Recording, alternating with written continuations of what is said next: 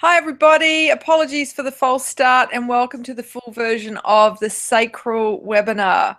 Um, look, I just was touching on earlier in our false start the message that Willemjen sent through. I felt raised some really topical issues to be addressed with the group, and that is that this is a shamanic journey. So don't worry if your journey doesn't seem to be going according to plan, okay? There are no mistakes. Everything that's playing out in your life, whether it's illness, whether it's moving house, it's part of this journey, because once we set an intention, the way a vision quest or any sort of descent initiation works is that it conspires to be a part of that journey by giving us physical catalysts in our waking world that bring up our issues, that put us in wound, in vulnerability, that take us back to some of the perhaps more traumatic events in our life so that we can revisit them with the eyes of an adult and a consciousness that we have now, so that we can reframe them and resolve them within our psyche. So specifically, Willemjen said that, she had surgery, unexpected emergency surgery because of her ovary being twisted. And that is so symbolic. I mean, the ovaries are governed by the sacral chakra. So, this is an Aphrodite issue. Okay, this is, to do with emotional trauma that the body is holding on to in that ovary. So she asked me if I had any specific recommendations regarding healing on a mental and a spiritual level to assist the work that's being done, with the medical teams on a physical level. And what I recommend for all of you, if you have any pain that surfaces in your body during this journey, is that you take your awareness in and you attune to that part of the body and you ask it telepathically, what are you holding? What pain, what trauma are you holding on to? And how do I work with you to release that pain? So what I mean by that is, when we set intent, energy follows. So if we, instead of fighting the body and fighting what is, we embrace this as a catalyst, as an opportunity to heal, we can work with the body and attune to the subtle senses, because we have, the physical body, but then we have all these sheaths of subtle bodies that overlay our body. And before something manifests as a physical illness, there is disruption to the energy field. There is blockages within those subtle bodies. And if they don't get attended to, it calcifies and it manifests as a physical condition. So by attuning to the subtle bodies and to the physical, we can download intuitively what memories that pain relates to, what feelings and emotions need to be released that are being held in the cells of the body. One particular technique you can do is to close your eyes, go into the part of the body that's causing pain, and to give it a color, okay? And then see that color magnifying in its intensity, in its brightness, in its deepness. See that color absolutely eclipsing your whole body so that you become that energy. Because pain's like a warning sign saying, hey, you need to look at this. So by giving it your full attention, by coming into complete communion and alignment with it, it has the opportunity then to transform. Now, it may feel unbearable, okay? It may feel like I want to rip my head off, I want to bawl, or, but you will move through it then by completely immersing yourself in that experience rather than constantly trying to disassociate from it. So that's the specific advice that I give. The other thing is, don't compare yourself with anyone else's journey. Don't even compare yourself with the structure that I've set. It is merely a scaffolding or a guide, a template, but the journey you're having is the journey you're meant to have. There are no mistakes in the divine plan. So the descent journey is always the hardest the first time round, and you will be getting initiated by the benevolent universe through the catalysts that are unfolding in your life. So keep asking, how is this part of the journey? And another technique that you might find useful is automatic writing. Now, this is where we ask a question of the higher mind, and then download intuitively answers by just doing stream of consciousness writing. And the reason that can be helpful if you've got a very busy monkey mind, if you've got a lot of inner chatter going on, particularly if you've spent a lot of time online or multitasking, it can be hard to slow down and unwind the mind and go into a deep state of receptivity and attuning to the subtle bodies. So by putting a question at the top of the page, such as, what trauma is this ovary holding, and then start writing. Okay, it doesn't matter what comes out first, whether it's your shopping list or just whatever white noise is happening in your frontal lobe, get it out. That acts like a cork so that then the gold can start intuitively downloading from the 95%, the subconscious that's holding all the information that you need.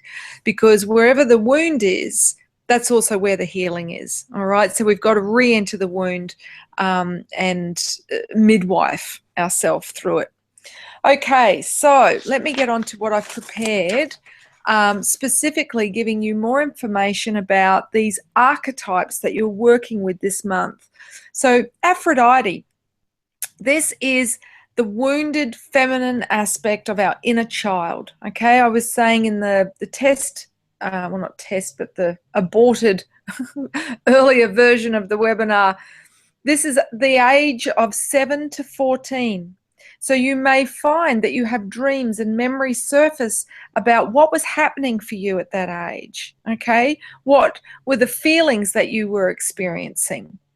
And Aphrodite is born out of conflict, okay? Her parents, Kronos and Rhea, they are having this almighty domestic, and it gets so heated that Rhea, the great mother, lops off the penis.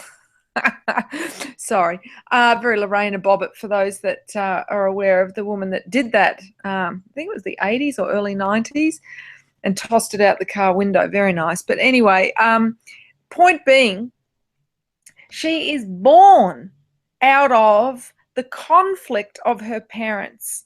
And so she represents that urge, that yearning within us to heal the conflict within of feminine, masculine, and the trauma of seeing the two people that she loves most is most dependent on her authority figures who feel like gods to her, fighting, and how traumatic that is on an emotional level. All right. So what happens in the myth? She rises up fully born out of the sea foam, not as a child, but as a maiden, as a fully formed young woman. And she, the Zephyr, the wind spirits, blow her into this beautiful beachside village in ancient Greece. And the locals are like, naked woman, alert, alert. Quick, we better marry her off because that's dangerous. All the men will be ogling her and wanting to leave their wives. So out of fear, they marry her off to the local blacksmith who's, a cripple, and he hasn't been able to get a wife. And so they're like, just marry her off to Hephaestus. Vulcan was his name in the Roman pantheon. So obviously this passionless match had no, it couldn't keep her, okay, because Aphrodite is a force of nature. She is that urge that we all feel every spring and in our maiden years. So in our, in our 20s and our teens, when we're like, I just need to merge. I need to have a passionate, intimate, erotic union. That's Aphrodite, okay? And we're all susceptible to that, okay? So regardless of our chronological age, if somebody awakens that energy within us, vroom, we're suddenly 18 again. And the coquettish behavior's coming out, the giggling, the flirtatious stuff, that's all Aphrodite. So she ends up having an affair with Ares, who's actually her brother, but, you know, I'm sus on the patriarchal Olympiads that rewrote the myths. But suffice to say, Ares is her true counterpart, a man who can match her intensity of emotion and is turned on by that rather than somebody who just is totally disconnected from their emotions. So she, like her parents, needs to explore her opposite. So like a magnet, she's attracted to someone who is the absolute antithesis of her so that she can become whole and healed. But here is the thing. The more we don't develop our unexpressed self, the more intense that magnetism is to fall for somebody who is our unexpressed potential. And this is the shadow of Aphrodite. She falls in love with the potential of somebody, okay, which is really her own unexpressed potential. So this is where the whole picket fence fantasy comes from, you know, when you meet somebody and it's like, oh, I can see the future with this person, right? And her real challenge is self-love, okay, which sounds like Nana advice, but it's true. Her journey, which is the journey of the maiden, take that descent journey, which is what everyone in this course is doing, and to meet herself so that instead of rejecting herself by avoiding spending time looking within, spending quality time with herself, getting to know herself, she's out there looking for Mr. Right or Ms. Right, depending if that's your gender bias. But, you know, she's out there looking for the perfect complement, the perfect partner, which of course doesn't exist. Her challenge is to see that the one, okay, the divine, the omnipresent, is in everybody.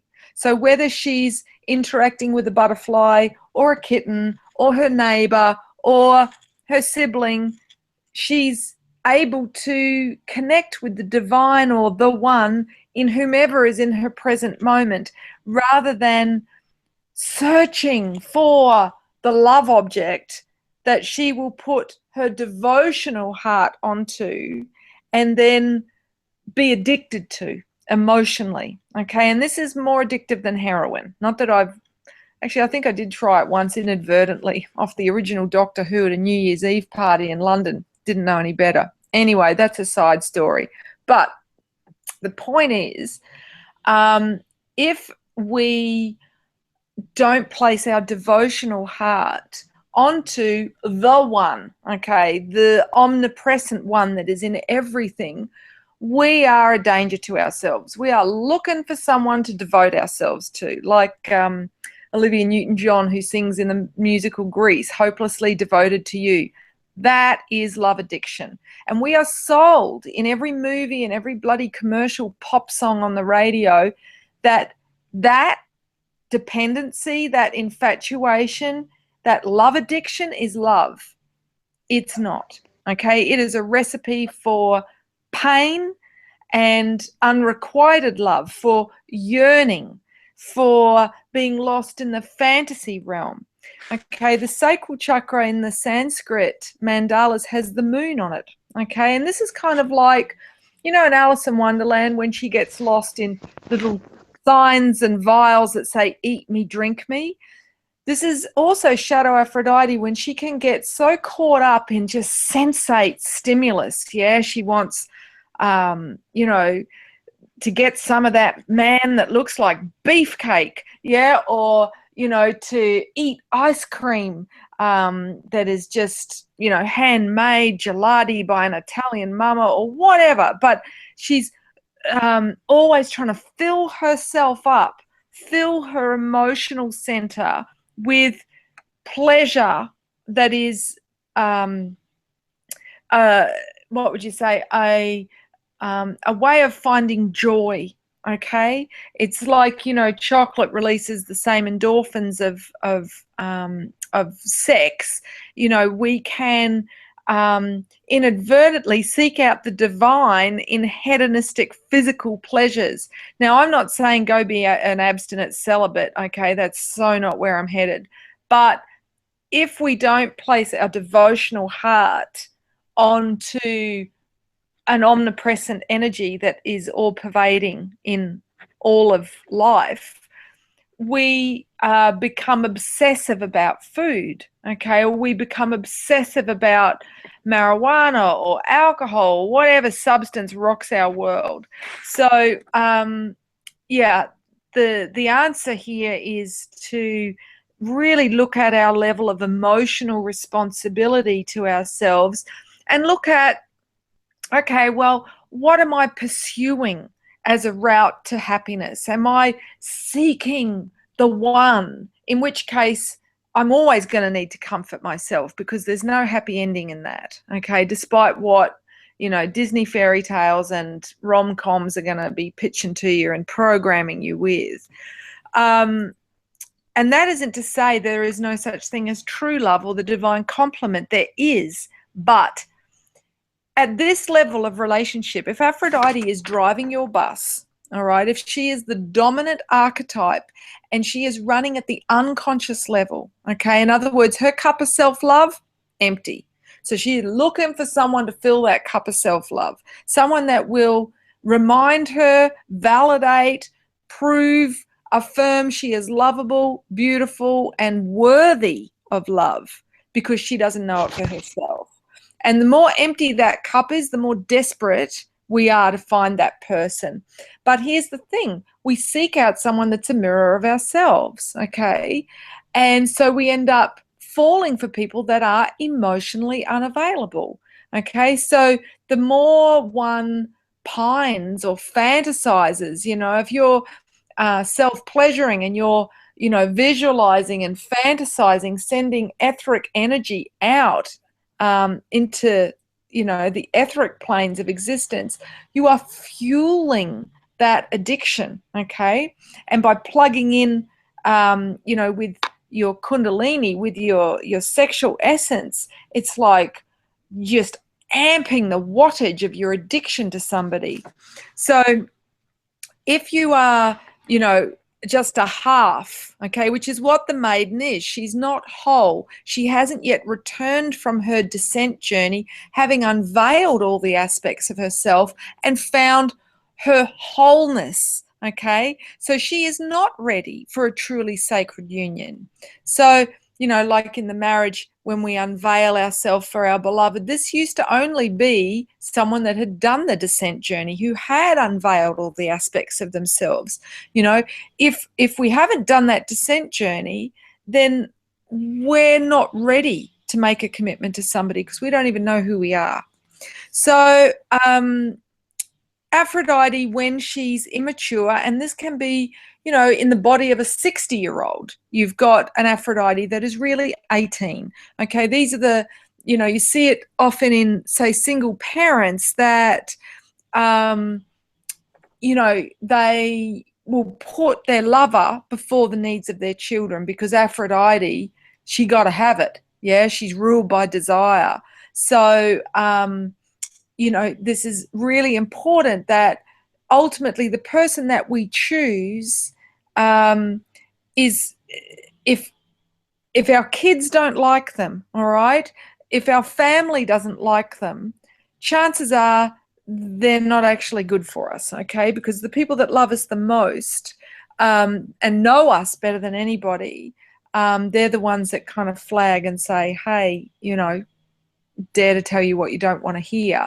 So I just say that because, you know, it can be such a huge force when Aphrodite gets you in your grip that you just, every common sense goes out the window. You know, it's like you don't see your girlfriends, you don't see anybody, you just in the love bubble of, you know, pursuing complete merging with this other being. So she was said to have several children to several lovers, you know, when Aphrodite is really dominant, we often don't think of the consequences. So we can say, to hell with the condom in the moment, because we just got to have it. So we've really got to, with all these archetypes, balance them out with the other archetypes. Otherwise, if one is leading unchecked, you got problems. So she was also worshipped as the goddess of calm seas and oceans. And it's interesting, those who fear the ocean often fear the power of emotion, of drowning in intimacy, of losing themselves in relationship. So what else do I want to say? Her primary lesson, I said before, is self-love. The myth of Eros and Psyche really illustrates this. You know, Psyche falls in love with Eros, this beautiful Adonis-like man, and he's kind of, what would you say? He's only there for her in snippets, okay? So he comes in at night and he's got his silver tongue and he seduces her, but in the light of day, he's really not there for her, okay? Because he's a boy, he's not a man, okay? He's a knight, not a king. Again, he's not whole. Otherwise, she wouldn't even be attracted to him if she was whole. So she says to Aphrodite, she prays to the goddess of love and says, I'll do anything to have him. Tell me what I've got to do. And Aphrodite says, honey, you got to go to the underworld. I need you to go get me my beauty cream. And the underworld, in the patriarchal times, we've been told it's this scary place, you know, hell. Well, in the matriarchal times, it was considered the womb. Okay, it's where we go to rebirth ourselves. It's that place where we journey to deep, deep within. To consider, reflect, question everything. And in doing that, we shift our perception. So that's what Aphrodite says to Psyche. She says, you got to go to the underworld. And in doing that, she learns discernment. She learns how to sort the chaff from the wheat. Okay, there's all these tasks that she's given. And this is a theme we see in the Russian story of Vasilisa. You know, where the wise woman gives her a task of sorting the poppy seeds from the dirt. We, the maiden part of us, regardless of whether we're male or female, must learn to discern, to be able to look at someone and go, how emotionally mature are they? Yeah, are they going to be a healthy influence in my life or not? And when we are emotionally mature, we can discern whether someone else's level of emotional maturity can match us, because it doesn't matter how beautiful they are or how well they play the guitar or write poetry that seduces us in the late hours. If they're not emotionally mature, it is going to lead to absolute heartbreak and heartache. So putting self-love before the pursuit of desire is the ultimate lesson. And over the years, I've had so many people email me, you know, oh, I thought this man was my twin flame. Oh, and I outline this a lot in the Sacred Union Volume 1 book, Creating Sacred Union Within. If you haven't yet opened that cover and you're struggling with the sacral journey this month, do yourself a favor and turn to that chapter on twin flames, because it really sums up how the more somebody is our opposite, the more intense the attraction, and it can be so hard to break that push me, pull you, where we feel like we can't live with them and we can't live without them because it's so volatile, okay? The drama, the passion. But that is not love. So have a read of that chapter. I'm sure you'll find that a healing well. In Syria, Aphrodite was worshipped as Deceto, a mermaid, which represents symbolically our need to learn to swim rather than drown in the emotions. So how do we do that? By riding the waves. Now, if we think about the sacral, what does that rule? Our womb. So it's our emotional center, but it's also our cyclic hormonal waves. Okay, so it's the more we understand the effect that the lunar cycle has on us, which is why we see the crescent moon in the Sanskrit mandala. I don't know why I keep drawing it, but charades time. the more we attune and understand the effect that the lunar cycle has on our moods and our emotions, the better we can caretake and balance our emotions so that we don't get lost into high drama at full moon and throwing tantrums, and then at dark moon going into a spiral of self-loathing and comfort eating. So yeah. What else do I want to say?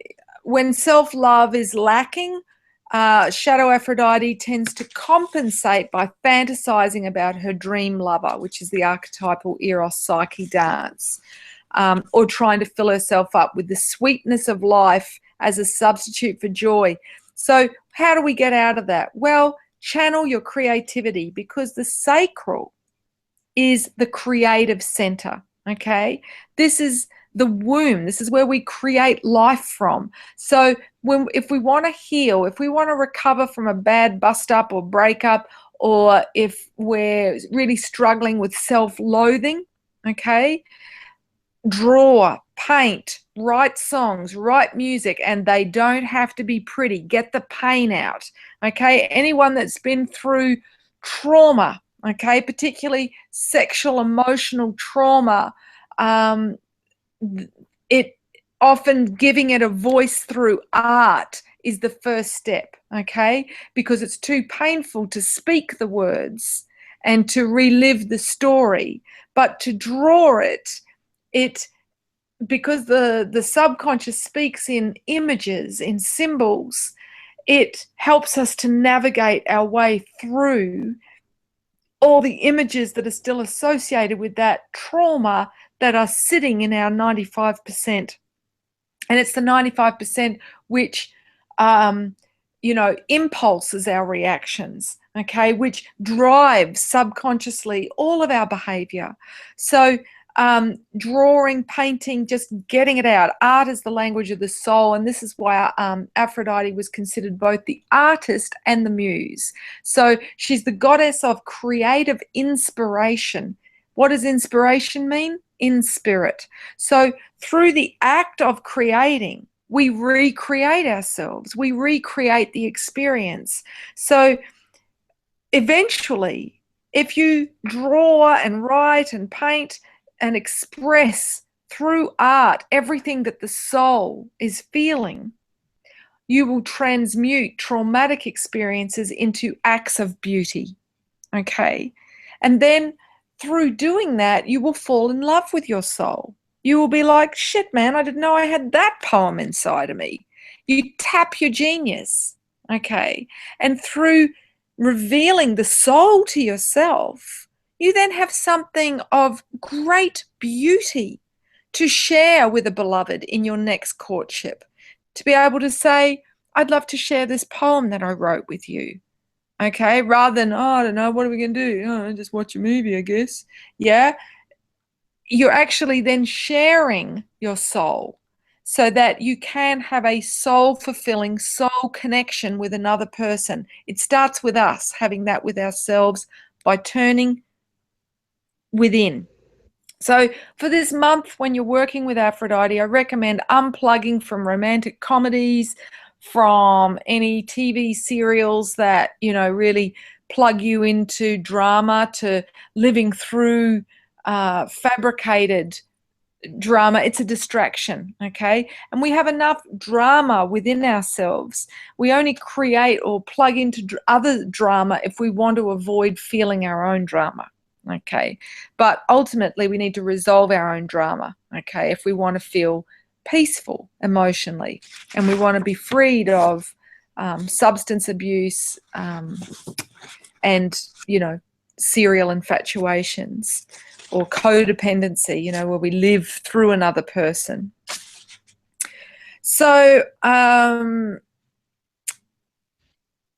another myth that illustrates this is Echo, who fell in love with Adonis. And Adonis was such a narcissist that he was basically immature, and he only focused on his own needs, sociopathically, rather than being empathic and aware and considerate of others. And because of his physical beauty, she became so enamored that she gave him all her energy by focusing on him, and he was like a black hole. So she just became a voice. So, you know, if you're not feeling fully here, fully present, art, okay, to connect with yourself again. Shadow Aphrodite often tries to unwittingly steal attention from other people if she felt as a child she didn't get enough attention, okay? And you'll see girls do this by, you know, slutty sort of dressing so that they turn heads in traffic. And what they're doing is they're stealing energy unconsciously, okay? They're like, Daddy, don't you find me beautiful? You know, other ways that Shadow Aphrodite can try to get attention is by playing the victim or recounting her dramas to anyone that'll listen, like a sounding board. I think I spoke about this in the 10-minute video in your course materials. So the less creative light she has found and strengthened within herself, the more needy she is. Okay, so it means that she's not available to reciprocal symbiotic friendships, that it's all about her. She's always recounting her dramas and expecting people just to give her attention and feed her ego, which becomes very draining for others. What else do I want to say? She loved both men and women. She was said to passionately kiss cowrie shells, which are those shells that look like a yoni, a female genitalia representation. And this is symbolic of the fact that her lesson is to see the beauty in everybody, and self-love, to be able to completely fall in love with herself. And also, I don't know if I spoke about this in the course materials, but I remember seeing the lover of Martina Navratilova be interviewed on Oprah years ago, and she said, you don't choose who you fall in love with. So whilst we may consider ourselves completely hetero or completely, you know, lesbian or gay, the soul is beyond gender. We're all feminine, masculine. So never say never, okay?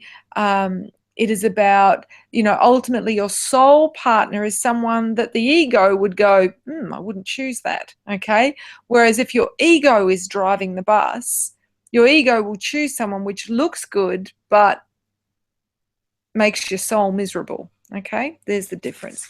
So, all right, I spoke about that. I just want to check everything off on my list.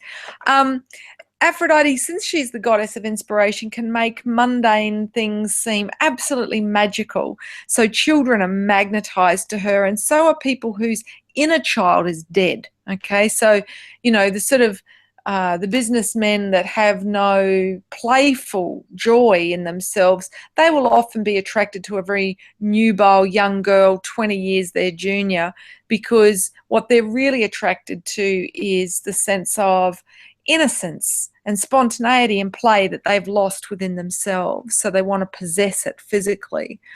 So our journey with Aphrodite is to reclaim our innocence, to feel that free wonder that we felt as a 7-year-old. And when we've found that again through going back, revisiting the wound and healing, then we end up like a child in a lot of respects, you know, but not immature. So not the wounded child, the magical child, the child who trusts the innate divine plan, which then means that we're not limited by a sense of needing to look conventionally beautiful according to what we're told and programmed to think. If we see our beauty, that will be mirrored back to us in the holographic universe. So in other words, you know, if you really take the time to appreciate your unique features, your unique curves, and delight in them, dress to augment and celebrate them, then others will go, wow, what a woman, or what a dude, yeah? rather than comparing you with the homogenized look that is sold to us as the only form of beauty. So she tends to have friends of all ages, all walks of life, because it's the soul that she's attracted to. She does fall in love very easily, our inner Aphrodite, and can forget commitments in the moment. So if she's, having a great time, she can stand up friends that she's got, an agreement to connect with, which is kind of one of her downfalls.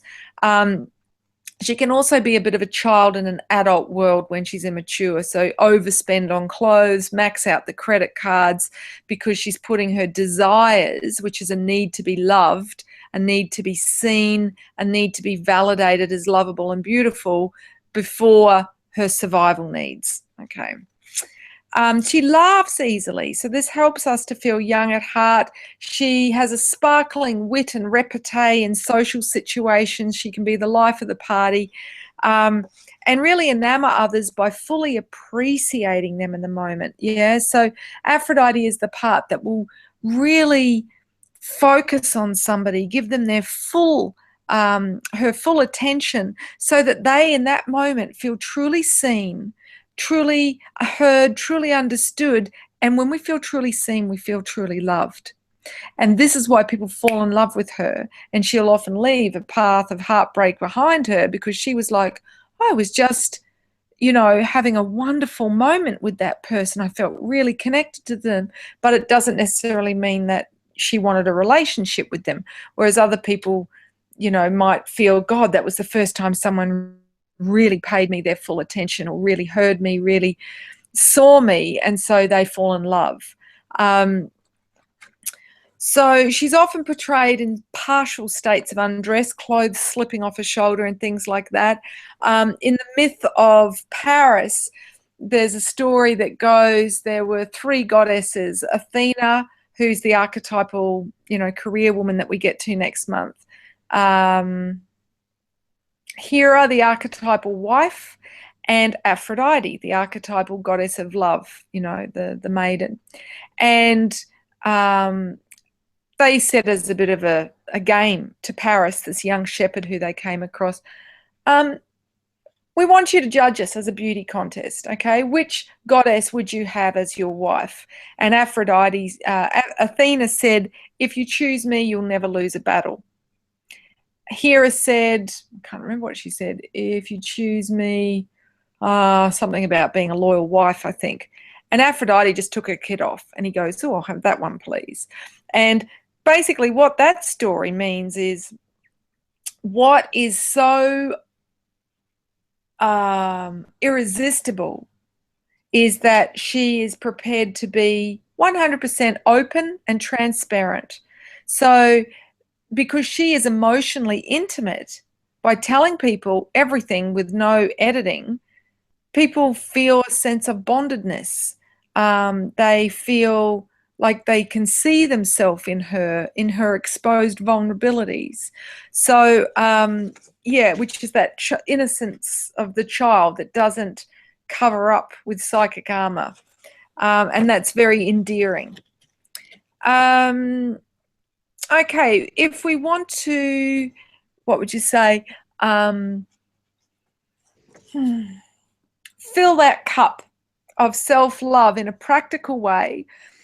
Spa treatments are great, and I'm not saying go blow $200 on a spa treatment, but giving yourself soma, which is extracting the essence of pleasure through acts of sacred beauty. So that might be giving yourself a bath with rose petals. It might be, making up a scrub using all natural ingredients in a mortar and pestle, and,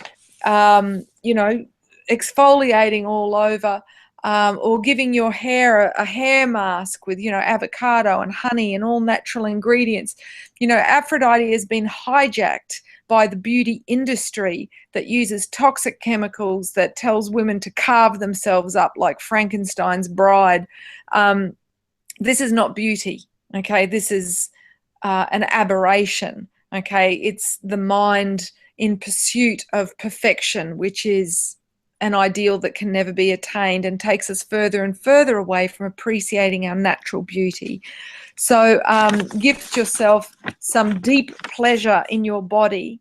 And the more you gift this to yourself on a regular basis, I recommend, you know, around first quarter moon, so the second week of the lunar month, when Aphrodite is up each month, give yourself some sort of sacred beauty treatment.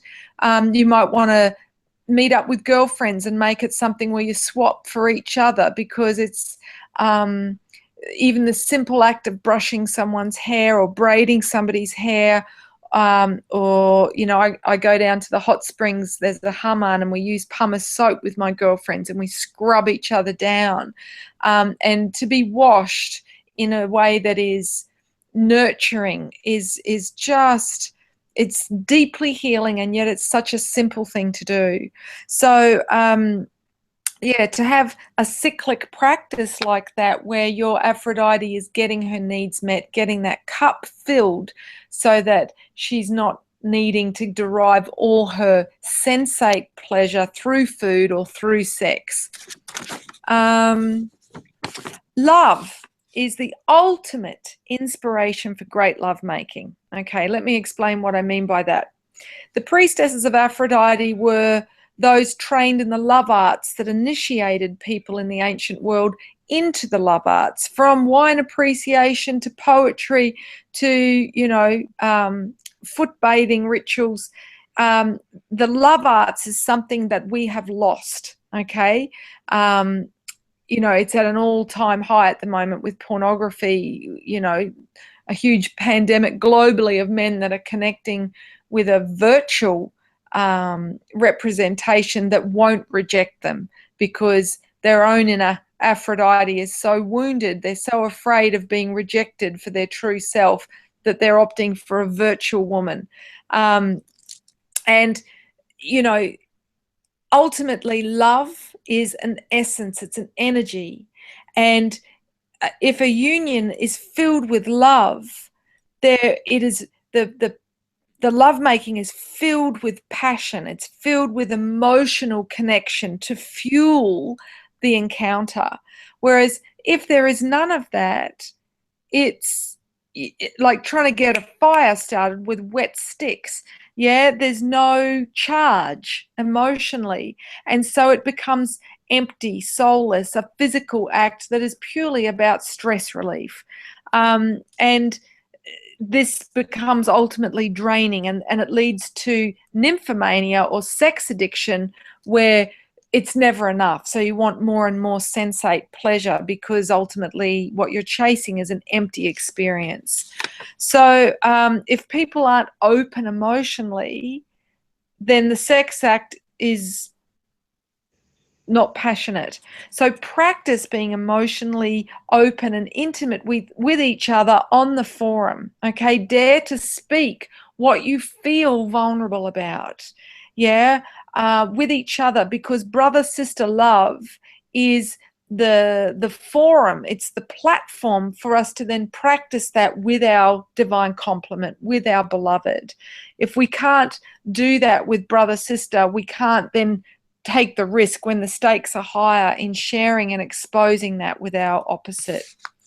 So basically, when she's unconscious, when she's immature, she views others as potential competitors in the game of love, and she's on a mission to prove herself to be the most lovable one of all, kind of like the evil stepmother in is it Sleeping Beauty? Snow White. And when she's immature, she's pursuing a narcissistic love. So she's looking for somebody who will make it all about her, okay? You know, the couples that dress the same, they're really trying to seek out themselves, but they're doing it externally. And usually there'll be one dominant partner, and then the more subservient partner loses themselves completely and just becomes a physical representation of the dominant partner. This is not love. This is narcissism. And similarly, the bridezillas that we get, This is shadow Aphrodite behavior, the princess, not the queen who has done the descent journey and become the resurrected goddess who knows herself, who's found self-love, who can set boundaries, be discerning. Instead, we have the princess that is looking for the daddy surrogate to meet her every whim as proof that he loves her. And this will not end up as happily ever after. It will end up in the tiara coming off in the divorce court.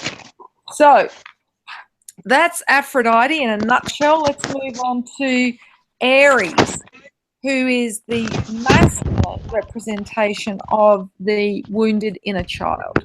I just need a drink first. Let me just have a slug on my jasmine tea.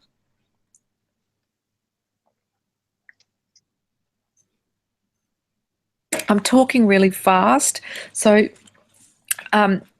do feel free to pause this as you're watching if you have epiphanies, synapses firing, and things that of recognition that you can relate to in your life, and you want to make notes about that then you can come back to.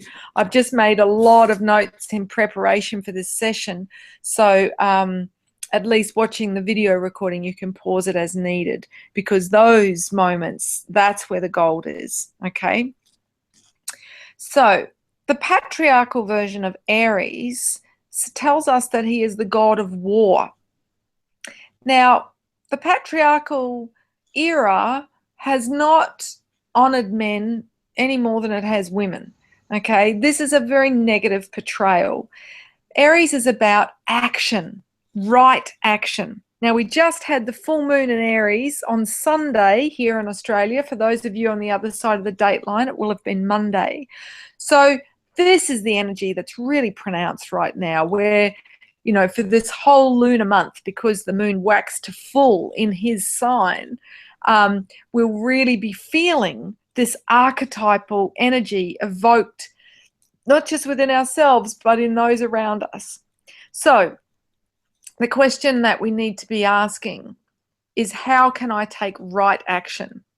In other words, where am I avoiding? Where am I procrastinating, making excuses, overanalyzing, and going into paralysis, and not making a decision? You know, the strength in Aries is his ability to instinctually go, I have to do this because it's the right thing to do.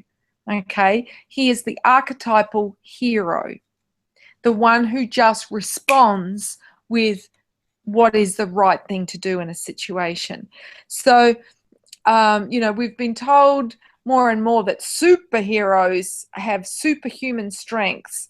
And really what makes us a hero is our ability to feel our humanness and put ourselves in the shoes of what that would be like for someone and respond accordingly. Okay, so we must trust our instincts. Now, when he is an immature or unconscious archetype, we will act to save others, to be that shining noble knight, to prove how good we are to others. Okay, so there's an agenda underneath. Okay, we're doing it to be approved of, all right, to be validated, to prove our masculine power. And that's regardless of whether we're female or male.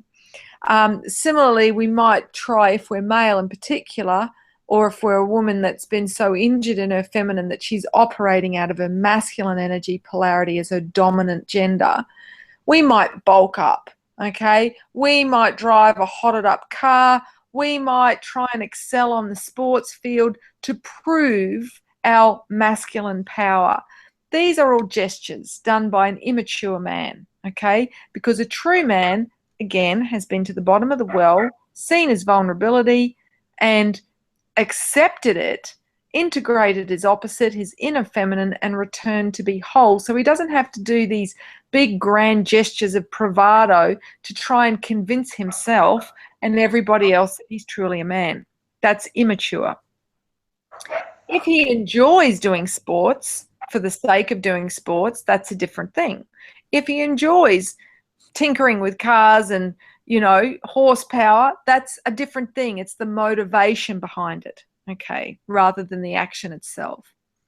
So when he is a mature archetype, there's no agenda to his action. He simply does what's right.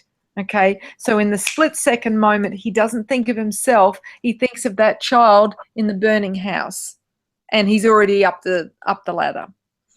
So we can examine the hero's journey, which is the archetypal 12 steps from fool to hero, which we all go through. This is what in the tarot is marked out as the major arcana steps, or the major life lessons that the soul encounters. So you might want to just Google the hero's journey images, and you will see a lovely image. I tried to get it up, but if I go to another tab, the whole thing cuts out, which is what happened before. So Google an image of the hero's journey, and you'll see the different steps. And that way you can identify where you are right now on that journey. Okay, so for instance, the first stage is the call to adventure, when the hero's in his regular world, and then something happens and he's like, that's not okay. I need to respond. I need to, deal with an injustice, or I need to get out of this small town, or, something happens that acts as a catalyst and initiation where he goes, things need to change. And then the next stage on the journey is meeting the new people, and meeting who's an ally and who's a foe, who can I trust, who can't I, and getting to know, the new terrain, and so forth. And so it's another form of the descent journey. And you'll see that in part of that descent, he must go to the belly of the whale, which is where he doesn't feel heroic at all, where he is eclipsed by his fears. And there's a wonderful line in Braveheart where he says, it's not courage unless you're afraid. And that is the moment a hero is born, when despite his fears, he goes, I've still got to do it because it's the right thing to do. Okay. So if some of you are in the belly of the whale, or it might still come at another gate on this journey, know that it's part of the process. Okay.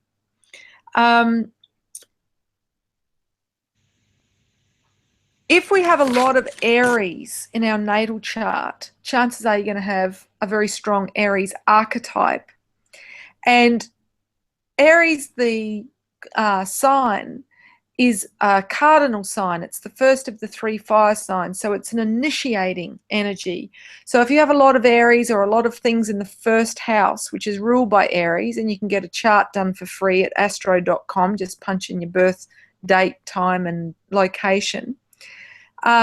You will be able to see whether or not it is a struggle for you to follow through. In other words, you're great at getting things started, but not so good on getting things finished. Okay, so those similarly that have a lot of Aries energy are great at asserting their independence, because the first stage of the hero's journey is individuation from the known world, from the family of origin, from the conditioning they grew up with. It's when we go, this is what I think, or this is what I want to do, okay, and take action on it.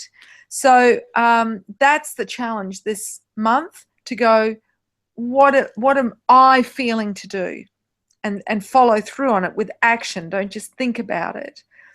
Now, those that have an excess, if you will, a lot of Aries energy, may have such an independent streak that they tend to do everything on their own, to the point where they don't let people help them, and then they risk burnout, or they risk not being able to grow and expand their mission or their project, because it becomes so big they need help.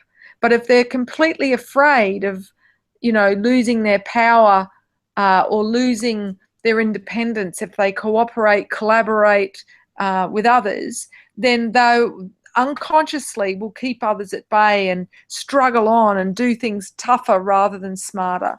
So you might also want to explore your relationship with independence versus codependence. Now, I spoke about this in the free 1 hour, oh no, it was an hour and a half, Sacred Union webinar that I did in the lead up to this course intake.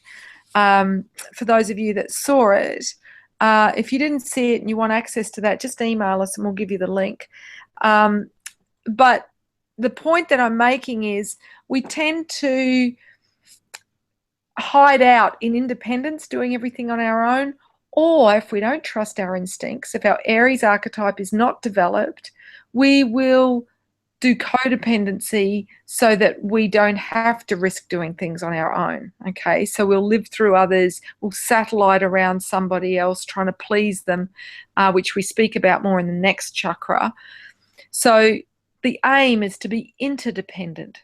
So I actually did an invocation at the full moon, standing at my altar, writing down some words of power about surrendering up my unconscious beliefs that keep me in a state of independence so that I can open up to more interdependent interactions in my waking world. And you may want to do something similar.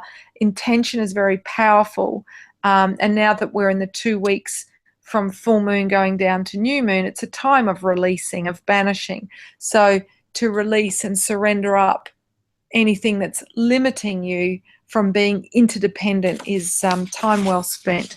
Let me just get another drink because I'm getting hoarse. Hang on.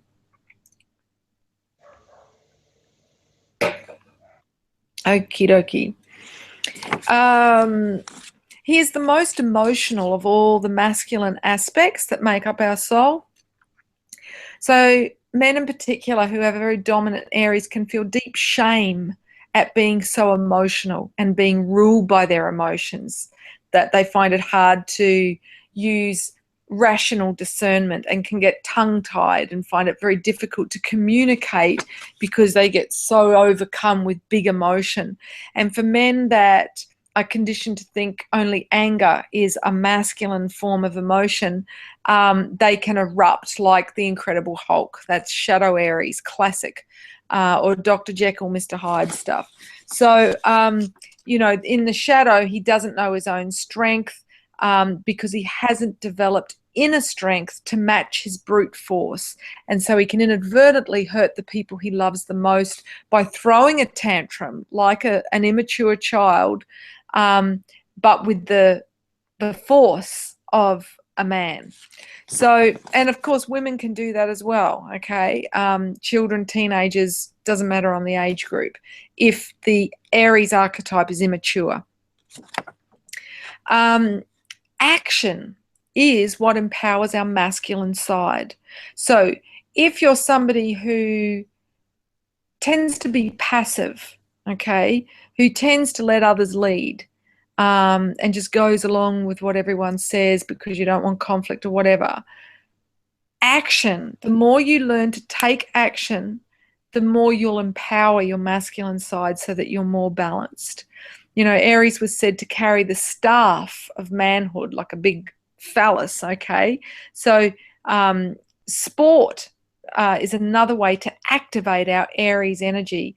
So, you know, I didn't grow up doing any sports, but as an adult, I found going to the gym was a way that I could connect with that energy and feel, you know, strong physically, and yeah, found that empowering. So, for instance, if you've grown up in a family that really only valued academia and poo-pooed people that, you know, did things like race cars or boxed or, you know, classic Aries sort of pursuits, it can be hard to connect with that energy because there's kind of something inside of you saying, oh, well, that's lesser. But we need all the archetypes on board if we're to function in a way that is whole and integrated. Aries can be objectified as the beautiful boy, just as Aphrodite can be objectified as a sex object. He can be used as a pawn, as a soldier in war battles. He can be objectified as just beefcake. You know, I remember in the 90s when men started waxing their body hair, it was like, uh-oh, we've taken a turn. So it's no longer just women that are being objectified, but now men are, which the repercussions of that is meant, oh, well, if men are, then everyone can be objectified. We're not, you know, just doing it to women. So we, instead of stopping objectifying women, we just objectified everyone, which everyone loses instead of everyone wins. He can be sacrificed as a gladiator. You know, if you go to here in Melbourne, we have the MCG, which holds, I don't know, 150,000 people every Saturday for the football matches they have. It's like the old Colosseum of Rome, where the gladiators would, you know, fight each other, or lions or whatever else they threw at them. In other words, the sports heroes of today are the modern day gladiators, where people that don't have their own Aries archetype being expressed in their life vicariously as voyeurs live through the hero on the field to feel like a hero themselves in their lounge room while they suck down another tin of beer. So, you know, this is about being the hero in your own life. Yeah. So it's never too late to commit to a cause, to take action on something you feel passionate about, to find your purpose, to do something physical. Join a seniors game of basketball or a beginner's game rather than just sit and watch others. Aries is said to be a helper of justice. So for our Aries to feel empowered, we need to feel like we're making a difference, okay, that we've got a reason to get up in the morning. Men are very susceptible in their night years, so in their teens and 20s, of suicide, and that's because a lot of them don't have a sense of purpose. So, you know, a man without a purpose is lost, and we'll speak about this more when we get to the inner sun of the solar plexus next month. But suffice to say, at this gate, a great way to what would you say, identify how you can make a difference is to look at what gets you angry, okay? Because that's passion. So the thing that angers you in the world, I ran a mother-daughter circle on Friday night for my daughter and some local mums and the girls. And because it was for full moon in Aries, I said to them, you know, what is it that makes you angry in the world, that you feel powerless about? And then what is it that you could do to contribute to helping heal that situation, and maybe just a small way in your own world, or on a bigger scale using your gifts. And that's typical Aries advice, okay, to awaken the hero within. If our inner Aries doesn't feel like what we're doing is making a difference, in fact, if we're aiding and abetting an authority figure or a leader who is immoral, it can decimate us. And this is seen in the returned soldiers who come home after seeing, you know, the battlefield of war and, you know, the absolute atrocities against women and children and civilians, and come home and question the government that sent them there, and question the war machine that seeks power at any and all costs. And this can be, you know, why so many returned soldiers then commit suicide, because they feel, I was a party to that. And they went in with such high ideals thinking they were a helper of justice. Aries, when he's immature, can have a real chip on his shoulder, and this is father issues, if he felt he wasn't heard growing up. And in the myth, two giant boys lock him up in a jar, and what this represents is he can feel like he's not able to express himself. He's not able to communicate his needs and his emotions, his big emotions, because they're considered unacceptable for a boy. get bottled up and then they just explode. So his double nature is the lover aggressor. And in the myth, he was said to kill Adonis, who is like the inner lover, the beautiful boy. So in the myth, his mother, Hera, gave him a tutor who trained him in the sacred art of dance. So this is why you'll see, you know, the Maoris in the field from New Zealand doing the haka warrior dance before they play rugby. You know, this archetype, the dancer is not a sissy puffy thing at all, like, you know, those of us growing up in the 70s were led to believe. This is how a man generates his own power, his warrior archetype through the art of dance, and it gives him the ability to channel his yang masculine energy, so that it frees up his emotions so they're not bottled up. So getting to an ecstatic dance event like 5 rhythm, shamanic dance, kundalini dance, we have so many here. I don't know where you live, what is available to you, but doing the shaking or the chakra dance on the chakra workout CD that you got in your course materials is a great resource for your Aries to dance it out.